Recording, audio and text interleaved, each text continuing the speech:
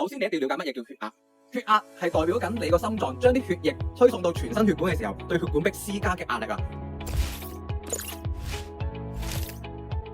每年嘅5月17號係世界高血壓日，目標係提高翻全球啦對於高血壓呢個隱形殺手嘅認識，推動及早篩查同埋預防，減少心血管疾病嘅。喺香港同埋全球啦，通常都係透過血壓嘅監測、健康飲食同營養補充去推廣治未病嘅養生概念。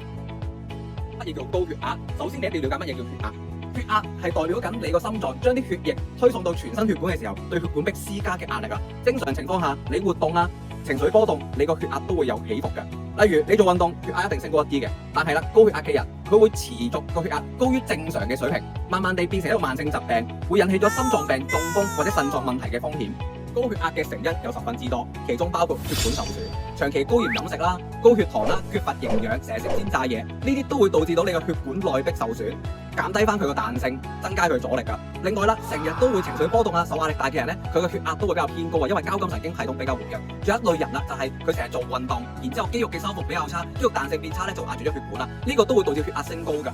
其實血壓就係血循環，當你身體某啲器官需要多啲氧氣或者營養嘅話，又或者係佢需要將啲毒素排出體外，都會令到個身體自我調節，將個血壓升高。大家都會知道飲食對於血壓嘅調整十分之重要。如果你成日食啲高鹽嘅飲食，又或者成日食煎炸嘢，呢啲咧都係會導致到你個血壓容易偏高一啲嘅。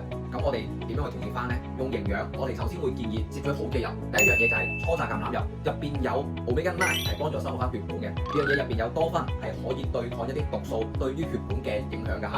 咁另外啦，我哋都會建議啦補充翻呢個磷蝦油。磷蝦油入邊有 DHA 同埋 EPA， 尤其是個 EPA 咧都係修復翻個血管嘅。講起修復血管嗱，如果你個血壓比較偏高咧，其實咧血管係會容易受損嘅。我哋通常咧都會建議翻補充翻鎂呢樣嘢嘅。本身鎂喺我哋啲深綠色蔬菜入邊會有㗎，咁但係而家嘅農藥啊，或者重金屬呢啲咧，都會影響鎂嘅吸收，而鎂係對於我哋身體十分之重要，有好多唔同嘅身體作用都要靠佢嘅。要記住，如果長期個血壓係比較高嘅水平嘅話咧，一定要去揾醫生去處理翻啦。中意呢條片嘅朋友咧，記住俾個 like 我哋 ，subscribe 我哋 channel，撳埋隔離嘅鐘仔咧，下條片就會收到通知㗎啦。Hi，一齊帶起香港治未病養生文化。